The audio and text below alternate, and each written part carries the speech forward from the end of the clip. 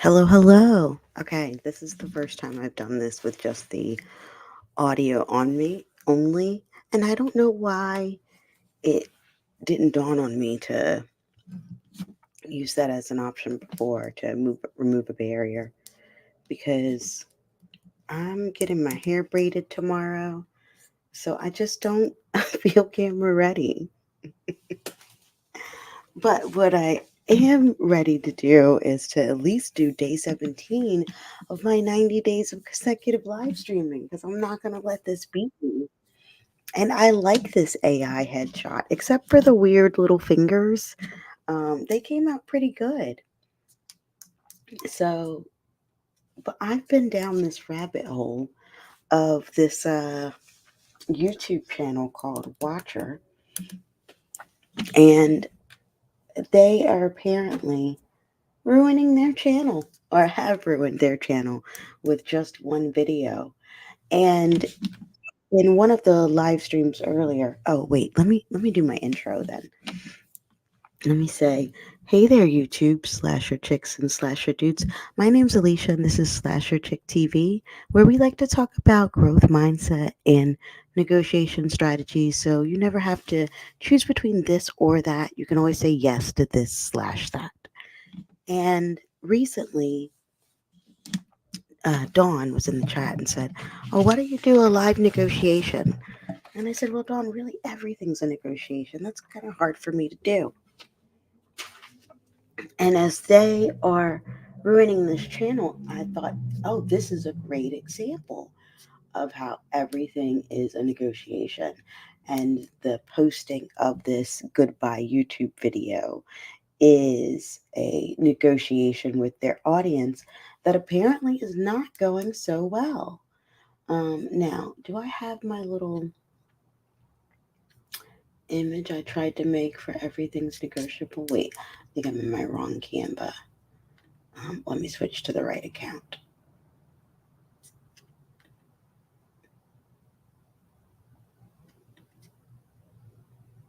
So I want to use that as an example to talk about principle-based negotiation. And yeah, here we go. This is gonna do it. Okay. So we're gonna have some examples as well. Oh yes, I have it. Oh, it's not quite right yet though. But here,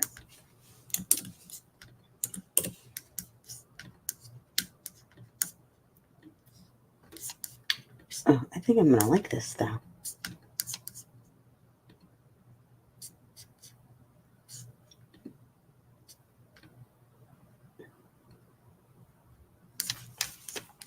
See, it's supposed to look like this. Let's see if this is gonna work.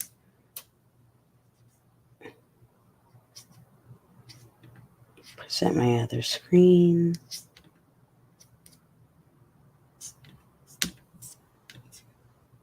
Okay, yeah, we're talking about everything's negotiable here with my incorrect spelling. But this is what you get when you just tell AI to make it for you. So I'm not quite finished with this. I'm playing with this.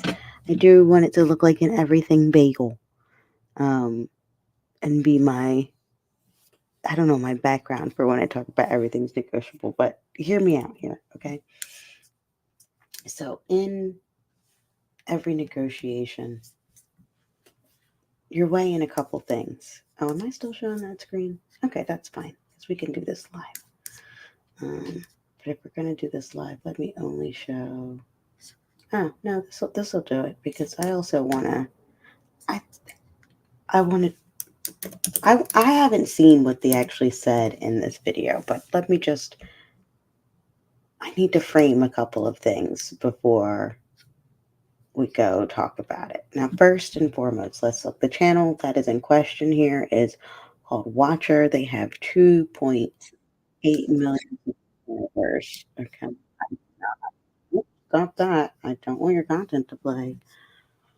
Um, they have 2.86 million subscribers. Hi, Marlene. How are you?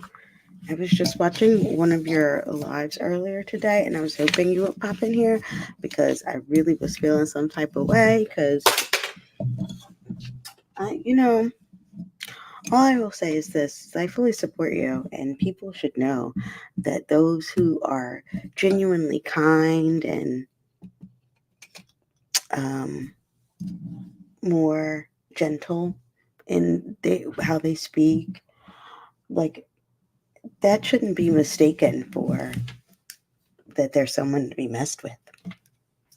And also, you live in Florida. So, there. But I was talking about this channel that I don't know if you heard. I'm frustrated for you, boo. But maybe also seeing a rally of support that you have around you lets people know, again, that you are not to be messed with. And that's what we're going to claim. But I'm glad you're here right now, and I hope you had a good rest of your Saturday, though, and that it was actually like a nice day outside where you could enjoy the day. I did not really get outside much today, um, but it was pretty nice here. I did get outside, but not as much as I would have liked. But I did get a nice nap, and that was lovely. But I was using this channel as an example. Now I know you are. Oh, see, that is so lovely. I am officially, and I don't typically feel this type of feeling. All right, jealousy and envy is not really my thing, but right now I am both. Because I would love to live in a climate where I can go to a pool frequently. And like this week, maybe it's been 60s to 70s, but it was like 45 last week. It's just so ridiculous. It's on I but I'm grateful. But yeah, to swim year round would just be so lovely. It'd be so lovely. I do intend to move closer to into a warmer climate at some point. Is your heated pool indoor or is it still like outdoor? But you can still, because that's even that would be even better if it's still outdoor, but it's just heated so you can still go. So yeah, I'm very intrigued. But yeah, so Dawn was earlier this week. Dawn had asked me, since I like talking about negotiation, do a live negotiation, and I thought so. That is just fantastic. Now, I might not go all the way south, that far south, but right now I definitely am still considering Charlotte as a 2025 potential. I don't know. I know I wouldn't be able to swim year round outdoors in Charlotte still either. It gets a little chillier than that, but I'll take it. That sounds like a really nice gym now. I have well, okay, my gym does have an indoor pool that you can go to year round, but the pool is extra. Like it is not included in my gym membership. I have to um pay the monthly membership and you have to pay for a pool pass to go to the pool, which just seems excessive. Um, but yeah, I would love that. I will also let you know if and when I am in your area, which I may or may not be. I actually was supposed to be going to Florida this week. I was supposed to be going to Orlando, but I failed to plan. That's really what it comes down to. I failed to plan. But I'm sure it will. Well, I hope it will come back around as an opportunity again because nothing's promised, but one can hope. But I don't know if you heard about this channel that they did this video, this one here, that, yeah, I feel like your gym membership should come with, if the pool is there, it should come there. Now, I don't even think mine has a sauna. Does mine have? No, it does not have a sauna. I'm thinking about, the reason I picked this gym is it's close to me and I can walk to it. I still don't, but it's close to me and I can. Now, I went to go visit this other gym with one of my friends, and I liked it even better because it wasn't even like a gym. They call it a wellness center. And am I frozen? Tell me if you can still hear me, Marlene, by giving me anything in the chat, because I don't even see my thing saying, looking like it's got a sound going.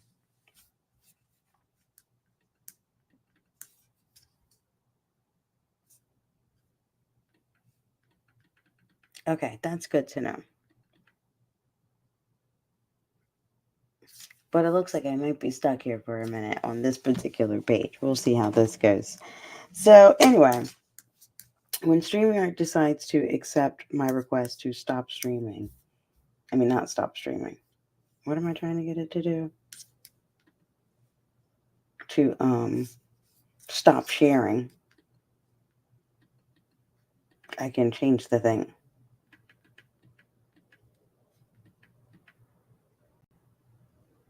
But it hates me right now. So anyway, the reason why I'm showing this channel though is this video here on the left, the Goodbye YouTube one that now has 1 million views from a day ago, is this video that they put up about moving their channel essentially off of YouTube. And this channel, apparently they used to be on a BuzzFeed channel and had just their own shows on BuzzFeed, but they left BuzzFeed, made their own channel, and had been pretty successful in their own channel. They were getting like millions of views. But they decided to put this video out a day ago saying they're leaving YouTube and starting their own streaming platform, essentially. So you could pay $6 a month or $60 a year to like only see their shows. And apparently they bit most known for like these unsolved mystery types of shows. And so I wanted to use this as an example of what I talk about in negotiation, because this is essentially one major failed negotiation with their audience. Um, because everyone in the comments is like losing it on them. And they also have a Patreon, which if you were a Patreon subscriber and you've already paid for the Patreon, you don't get like a refund, you don't get like an automatic move to their new streaming platform, and they're going to change the whole Patreon content to like a podcast. So basically not even the thing that you signed up for. And they would expect those, and the main thing they're going to start on their new streaming platform is just take all their videos like off of YouTube and put them there. So it's the same content that's been available for free up until now. Which I don't know why they thought this was a good idea. But so when I talk about negotiations, I talk about it in the concept of 7 things: the relationship, communication, interest, options, objective standards, an agreement, and alternatives to an agreement. And in terms of the relationship, it's between, them and their audience. They're talking about their relationship with YouTube though, and that YouTube basically like doesn't pay them enough to do the production quality that they present for their full network of shows. Because the one I named is not the only show they do, but it's apparently like their most successful one. And they communicated on the platform that, they are most known for speaking with their audience on. So that would be like the first 2 things that you would think about before the negotiation.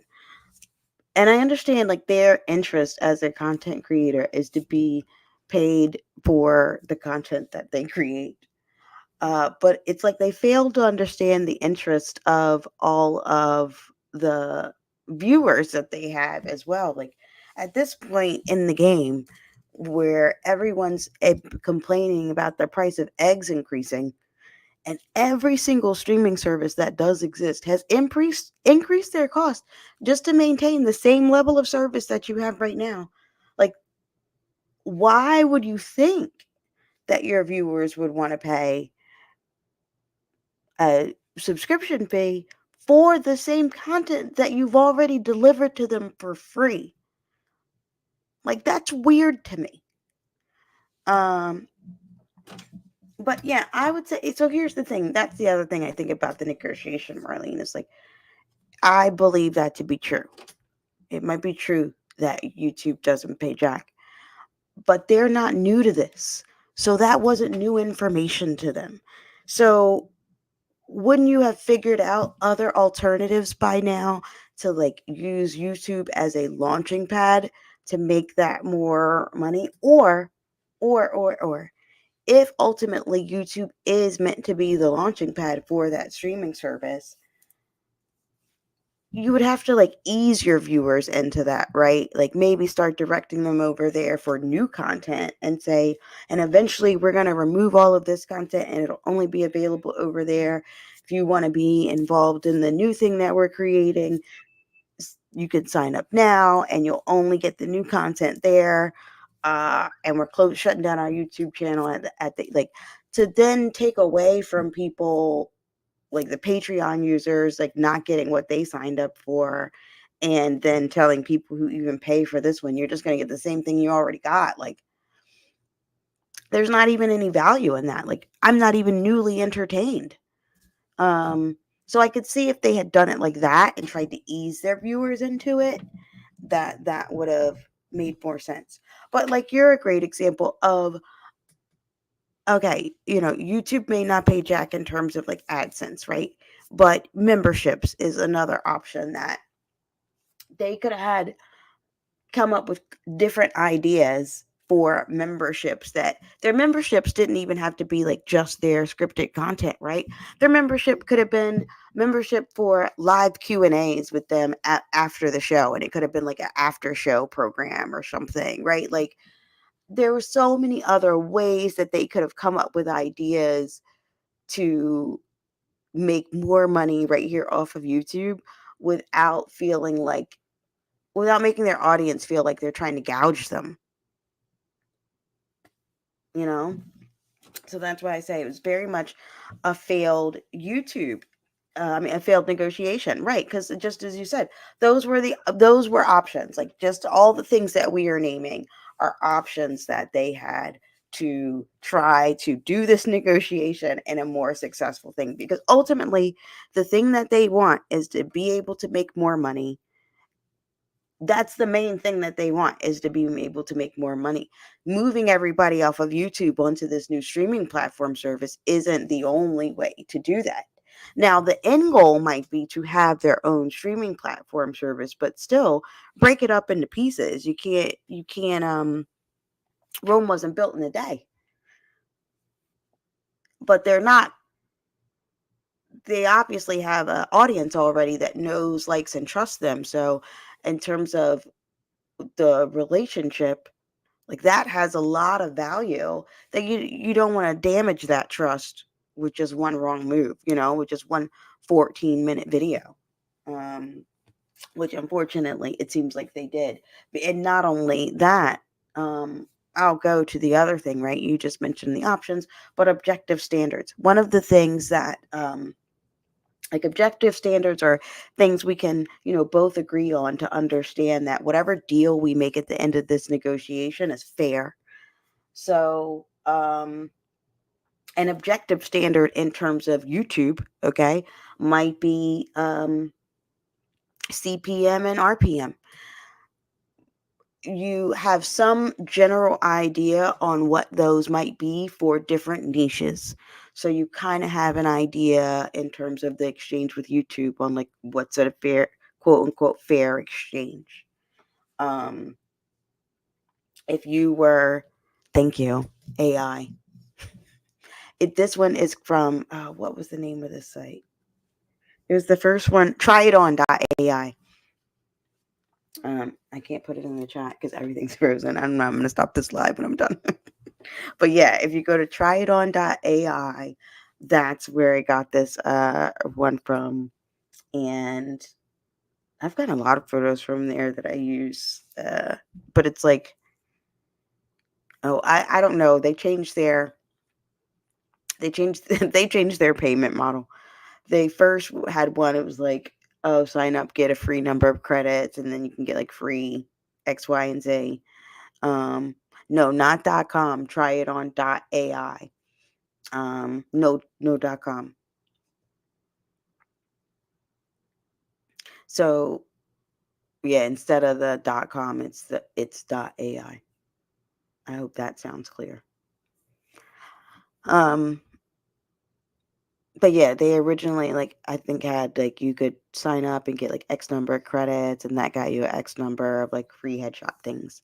And then they added, like, a flat fee, and then now I think, like, they have a subscription. And, don't get me wrong, I'm all for businesses doing a freemium type model where first they start out with giving you stuff for free to hook you in, and then yeah, that's it, Marlene. And then they add it on. That makes sense to me. And, just as you said earlier, I would never support them. Like, I would want to support business. You want to support businesses when they're doing that, and you can see them like, oh, they're growing, they're evolving, but they're adding more value when they do that. And yeah, entertainment is value. So no one's saying they have to be like educating people or helping people make money to add value. Entertainment alone is enough. So, and the thing is, where I say you got to know in your negotiation what's your best alternative to a negotiated agreement for their viewers. Their best alternative to signing up for this subscription service is to just watch somebody else for free on YouTube. Like, it's, and so the viewers BATNA is just too easy to risk. If it were me, I wouldn't risk it in losing potential viewers. And so, yeah, apparently now that they've done this, they're also losing Patreon subscribers, which now the question is, right, since, I not only believe that everything's negotiable, I also believe that everything's figure outable. If you've made this mistake, which is clearly, as you said, Marlene, the wrong move, what do you do now? How do you try to regain the trust of your viewers after having made such a faux pas? Because, yeah, I agree. I think they're going to lose a lot. And as I think about it now, I think, the first thing that they would have to do is actually like apologize, is legitimately say like, oops, our bad. We heard your response and we didn't realize how out of touch it seemed what we asked for. But hear me out. What we meant to say is this. Our production quality costs us a lot, and there's no way we're able to keep it up at this same pace at this rate. So we tried to do something that would allow us to continue to provide you this great content, and it was the wrong move. We're going to go back to the drawing board and something, we hope you continue to support us while we, and then continue to deliver the free content in the meantime, because you're going to have to like lay low for a minute. But yeah, you need to start with a public announcement and apologize. You're going to have to apologize to your audience as the first and foremost thing to be able to potentially reel this back in.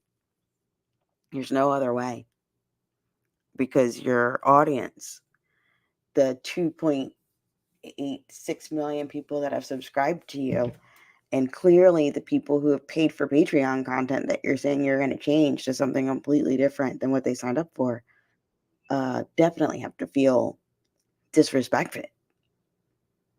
And, as they say, playing with my money is like playing with my emotions.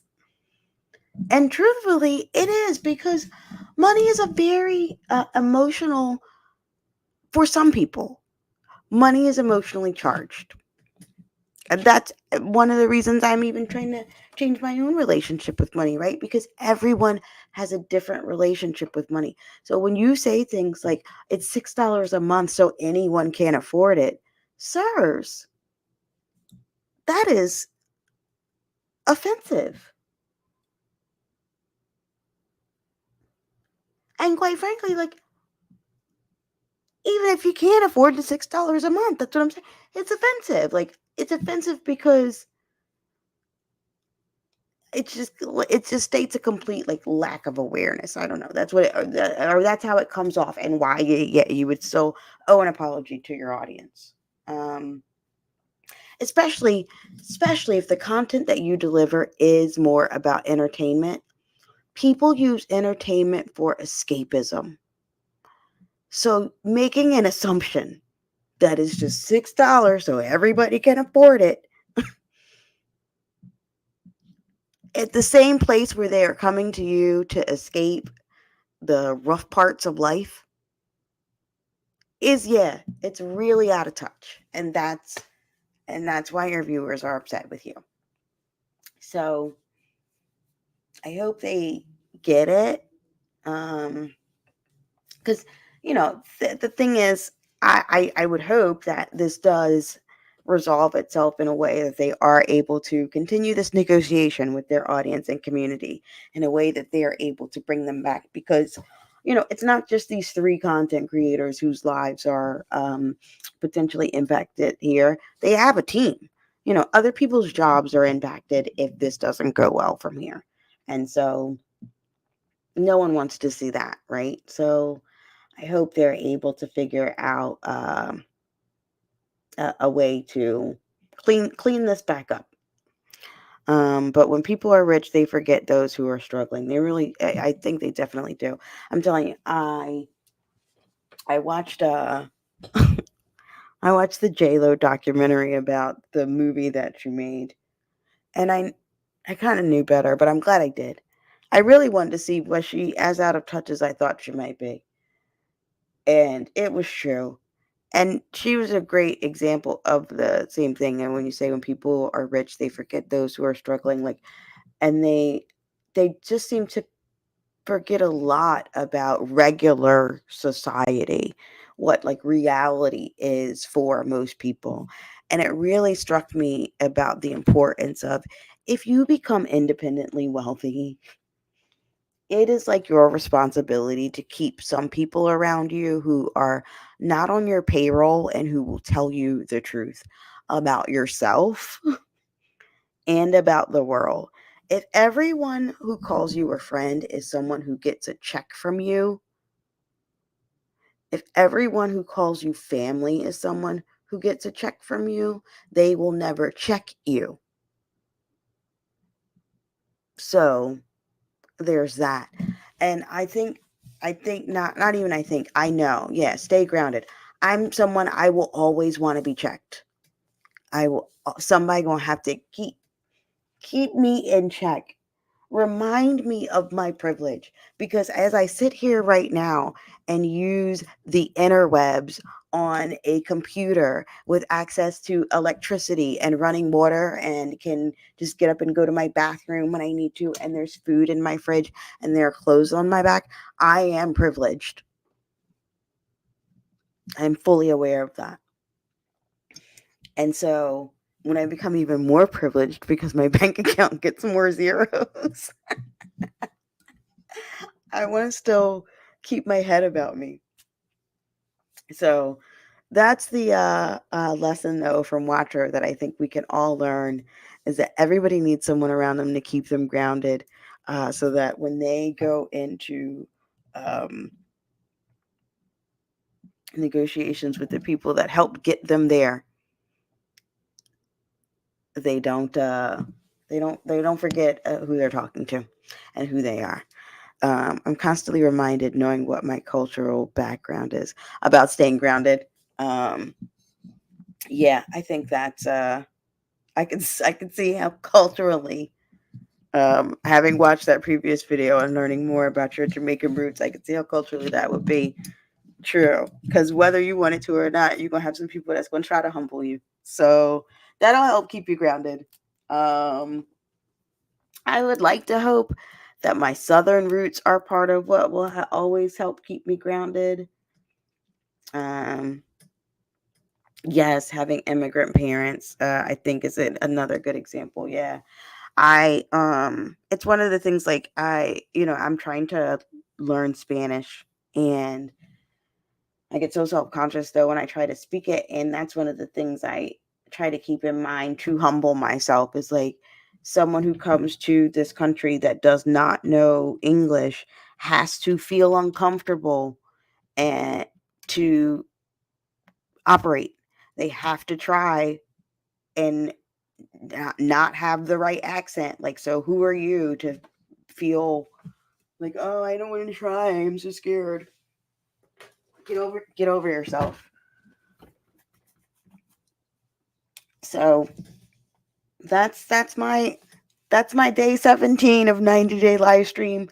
The stream is absolutely frozen right now. I'm gonna have to like completely restart my computer to get it to start over, but that's okay, because the point is that we made it today, and I am proud of.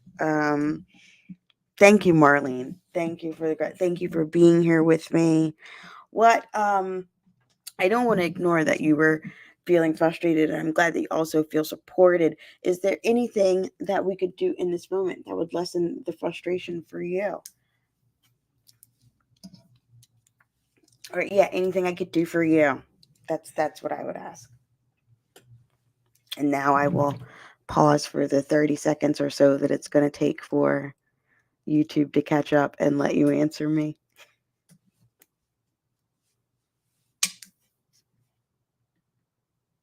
I can't believe this thing is still treating me like this. But it is what it is. I accept this fate.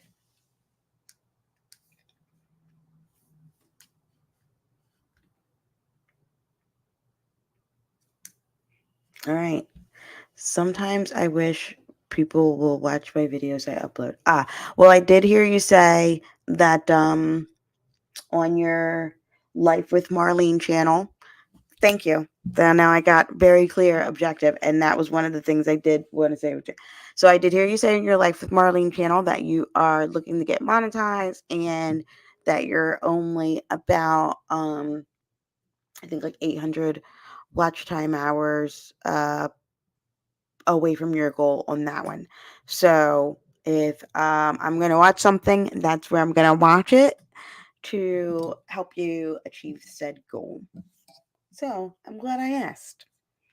And now that I have made it to 33 whole minutes and used Watcher's failed negotiation with their audience as an example, I'm going to see how I can get my live stream to end.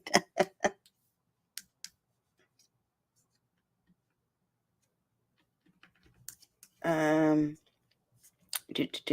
Thank you and good night.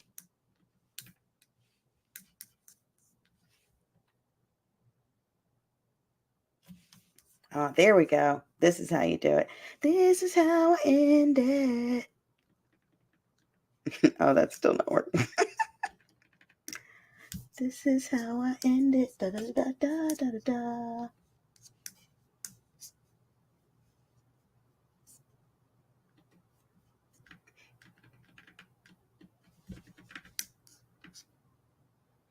It's like so close to doing what I'm asking it to do.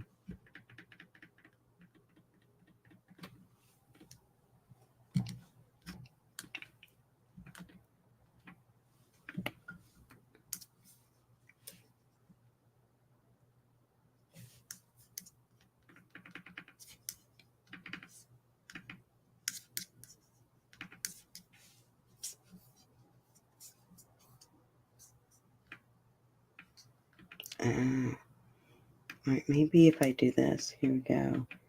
Click, click, click.